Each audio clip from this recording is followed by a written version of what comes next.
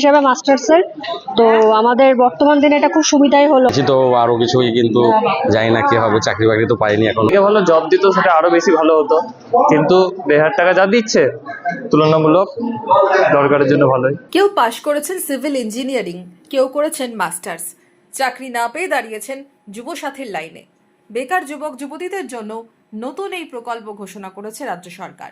যুবসাথী প্রকল্পে মাসে মিলবে 1,500 টাকা। ভাতা তো মিলছে, এই ভাতায় কি চলবে সংসার? যুবসাথীর লাইনে দাঁড়িয়ে কি দাবি যুবক যুবতীদের?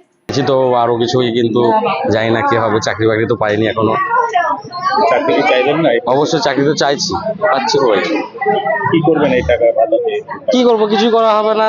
যেটা হয়তো সেই হাত খোলার মতন মানে জমা দিলাম, দেখা যাক। অনেকে তো জমা দিয়ে ফিরে দেয় শুনেছি, হ্যাঁ, এর আগেও অনেক রকম শুনলাম। জানি না এটা এখন কি কাজ হবে। পেলে বরং খুশি হতাম যদি চাকরি বাকরি পেতাম, মানে দিত আরো কিছু।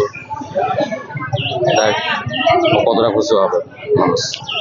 চাকরি আছে সবাই আজ, বা চাকরি আছে মানে কষ্ট করে পড়াশোনা করেও চাকরি। Diploma civil engineer. এখানে আমি প্রধানত মুখ্যমন্ত্রীর বর্তমানে যে প্রকল্পটা চলছে, যুবসাথীর যে প্রকল্পটা, সেটার জন্য এসেছিলাম অ্যাজ এ স্টুডেন্ট হিসেবে মাস্টার্সের।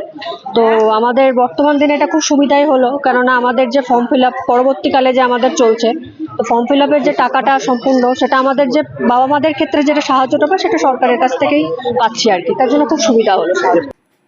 গত রবিবার থেকে শুরু হয়েছে যুবসাথী প্রকল্পের রেজিস্ট্রেশন ও আবেদন। বহরমপুর পৌরসভা এলাকার জন্য ক্যাম্প চলছে বহরমপুর পৌরসভায়। পাশাপাশি বহরমপুর ব্লক এলাকার জন্য মনীন্দ্রনগরেও চলছে যুবসাথী প্রকল্পের রেজিস্ট্রেশন। 1,000 টাকা করে যখন দিচ্ছে তখন সে প্রিপারেশন তো নেওয়া উচিত মানুষ, যে সবার জন্য যখন সরকার করেছে।